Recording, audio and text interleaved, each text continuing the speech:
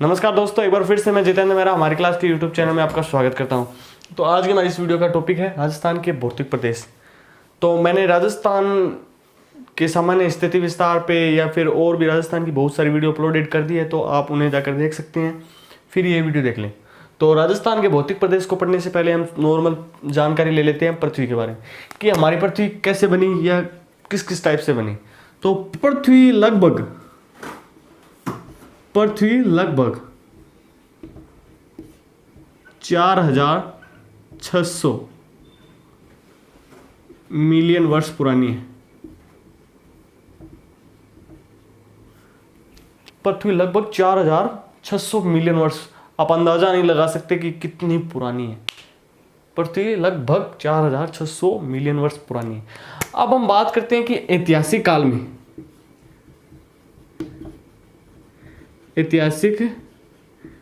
काल में यह दो भागों में विभक्त थी।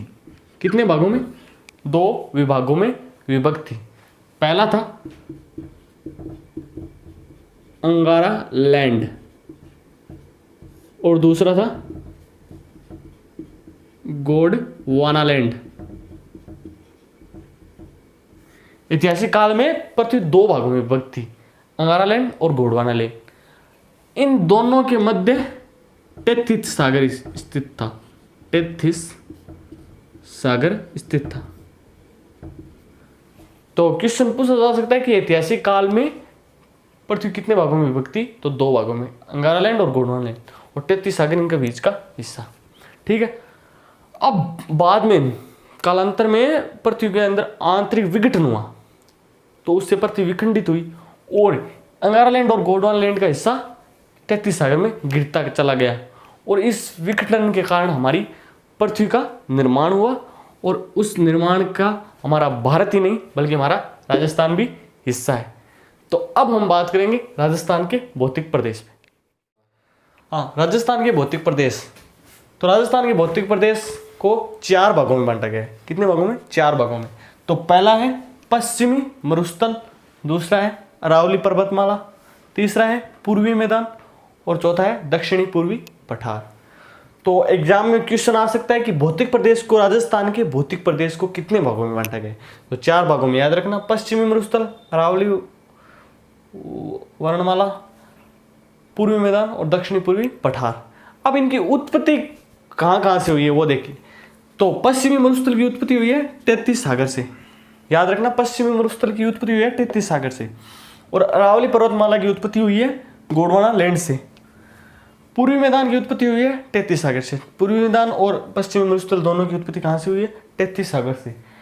टेथिस सागर गंगा यमुना की सहायक नदियों का अवशेष है, माना जाता है कि गंगा और यमुना की सहायक नदियों का यह अवशेष है, और दक्षिणी पूर्वी पठार का उत्पत्ति हुई है गोंडवाना लैंड से। तो ये तो थे राजस्थान के भौतिक प्रदेश के चार भागों में है। अब हम बात करेंगे पश्चिमी मरुस्थल पे। तो पश्चिमी मरुस्थलीय प्रदेश पहला टॉपिक है भौतिक प्रदेश का। तो सबसे पहले पश्चिमी मरुस्थलीय प्रदेश को पढ़ने से पहले हम समझ लें कि मरुस्थल क्या है।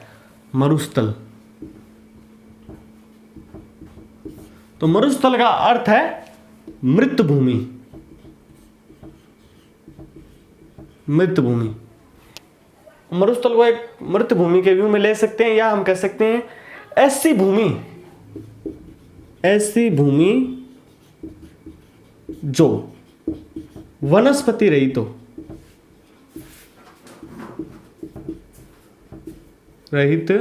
वो क्या कहलाती है? मरुस्थल कहलाती है।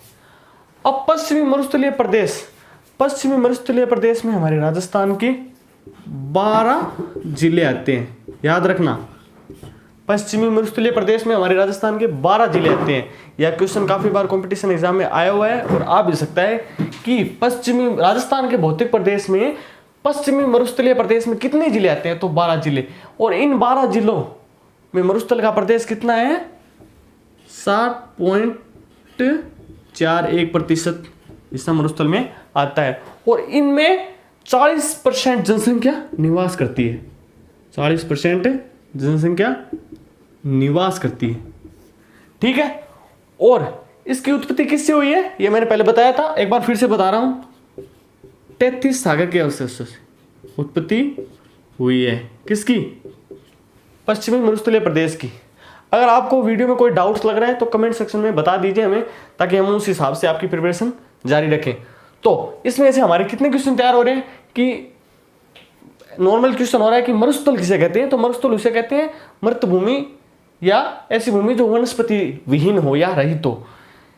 पश्चिमी मरुस्थलीय प्रदेश में कितने जिले आते हैं? राजस्थान के 12 जिले आते हैं, और यह मरुस्थल में कितना कवर करता है? 60.41% हिस्सा कवर करता है, और जनसंख्या 40% जनसंख्या निवास करती है।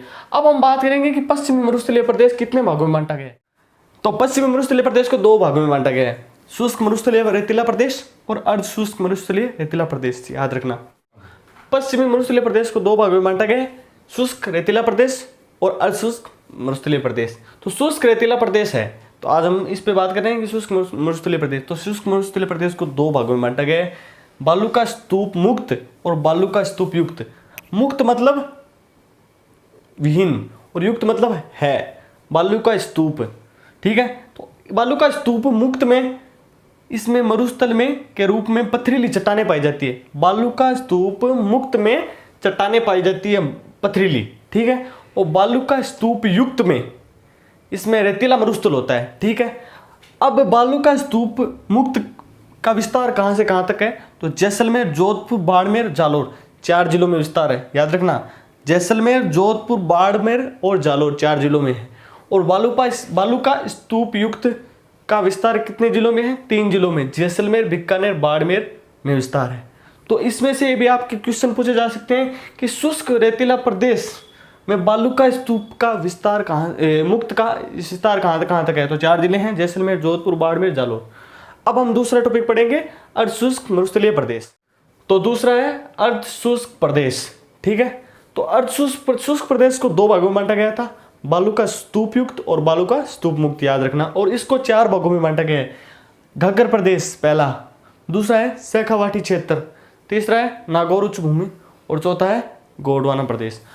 तो क्वेश्चन आता है किस प्रकार से कि पश्चिमी मरुस्थलीय प्रदेश में अर्ध शुष्क प्रदेश को कितने भागों में बांटा गया है? तो कितने भागों में? 4 भागों में, घग्गर प्रदेश, शेखावाटी क्षेत्र, नागौर उच्च भूमि और गोंडवाना प्रदेश।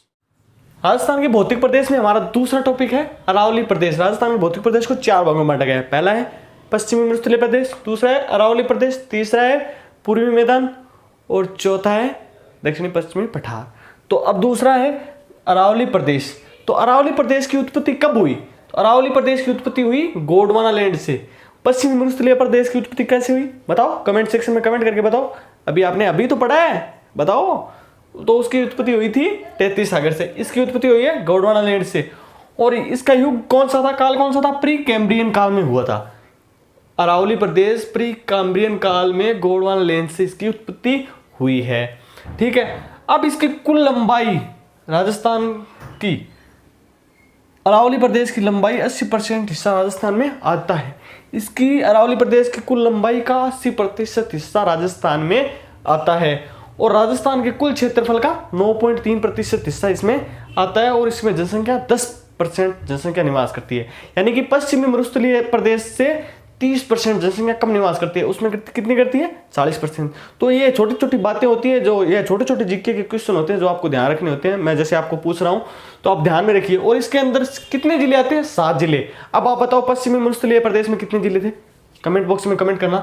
ठीक है, तो ये था अरावली प्रदेश, पहला टॉपिक हमने कर लिया मरुस्थलीय प्रदेश, दूसरा हमने कर लिया अरावली प्रदेश। अरावली प्रदेश में 7 जिले आते हैं और उत्पत्ति गोंडवाना लैंड से हुई है प्री कैम्ब्रियन काल में और लंबाई का 80% हिस्सा राजस्थान में आता है और कुल क्षेत्रफल का 9.3% हिस्सा राजस्थान में आता है और जनसंख्या 10% जनसंख्या निवास करती है। तो इन दोनों को कंपेयर कर लीजिएगा आप, पश्चिमी मरुस्थलीय प्रदेश और अरावली प्रदेश को कंपेयर करना कि उसमें कितने जिले आते हैं? 12, इसमें आते हैं 7। उसका उत्पत्ति हुई थी 33 सागर से, इसकी गोंडवाना लैंड से, और उसमें जनसंख्या 40% जनसंख्या निवास करती है और इसमें 10%। तो ये हमने राजस्थान के भौतिक प्रदेश के 2 टॉपिक क्लियर हो गए हैं, पश्चिमी मरुस्थलीय प्रदेश और अरावली प्रदेश। आगे के 2 टॉपिक मैं अगली वीडियो में क्लियर करवाऊंगा। तो उस तब तक के लिए नमस्कार। और यदि वीडियो पसंद आई हो तो वीडियो को लाइक करना, कमेंट करके जरूर बताना कि कैसी बनी है, और टॉपिक भी हमें सजेस्ट करते रहिए कि हमें किस टॉपिक पे वीडियो बनाएं ताकि आपके फायदेमंद हो, हम आपके करंट टॉपिक पे वीडियो बना सकें। और चैनल पर यार नए हो तो चैनल को सब्सक्राइब कर दो, बेल आइकन विथ प्रेस कर देना, और हमारे फेसबुक, इंस्टाग्राम, टेलीग्राम के लिंक डिस्क्रिप्शन में दिए हुए हैं, उन्हें भी फॉलो कर लो। और एक बार फिर से कहना चाहूँगा, चैनल को सब्सक्राइब जरूर कर लो।